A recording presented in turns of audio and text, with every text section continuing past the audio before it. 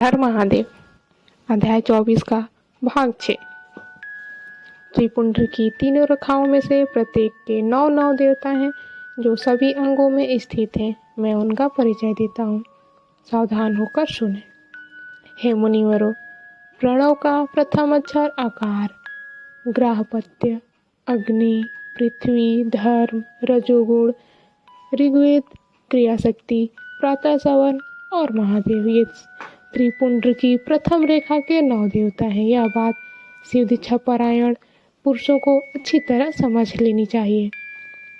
हे मुनि श्रेष्ठों, प्रणव का दूसरा अक्षर उकार, दक्षिणाग्नि, आकाश, सतगुण, यजुर्वेद, माध्यान्ह सवन, इच्छा शक्ति, अंतरात्मा और महेश्वर, ये दूसरी रेखा के 9 देवता हैं।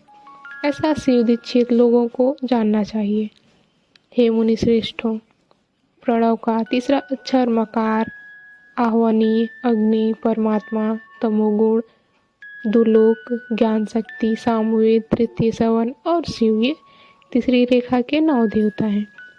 ऐसा शिव दीक्षित भक्तों को जानना चाहिए। यह स्थान इस प्रकार स्थान देवताओं को उत्तम भक्ति भाव से नित्य नमस्कार करके स्नान आदि से शुद्ध हुआ पुरुष यदि त्रिपुंड धारण करे तो भोग और मोक्ष को भी प्राप्त कर लेता है।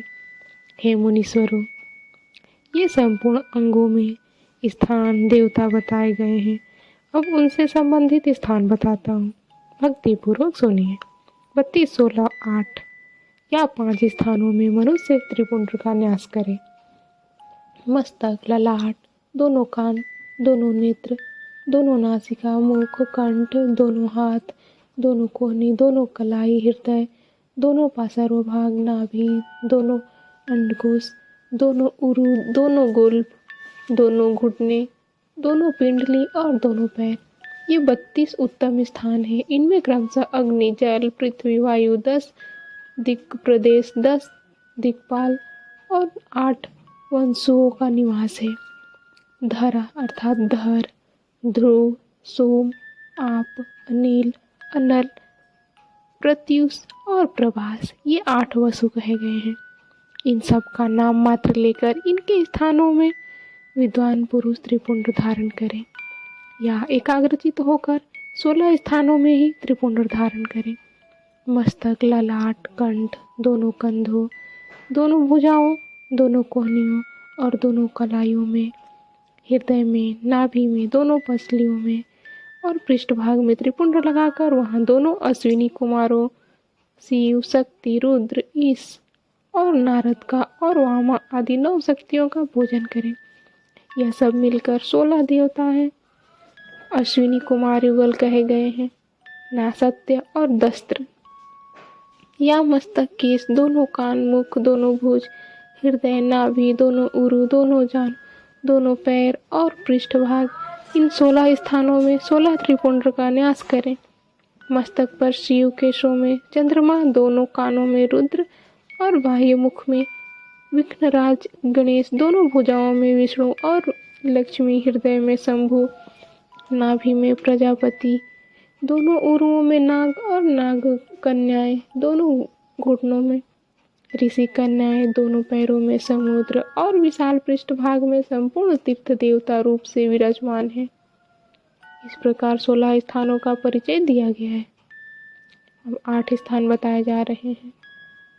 गुहा स्थान, ललाट, परम उत्तम कर्णयुगल, दोनों कंधे, हृदय और नाभि, ये 8 स्थान हैं। इनमें ब्रह्मा और सप्तर्षि, ये 8 देवता बताए गए हैं। हे मुनीश्वरों, भस्म के स्थान को जानने वाले विद्वानों ने इस तरह 8 स्थानों का परिचय दिया है। यह मस्तक, दोनों भुजाएं, हृदय और नाभि, इन 5 स्थानों को भस्मवेत्ता पुरुषों ने भस्म धारण के योग्य बताया है।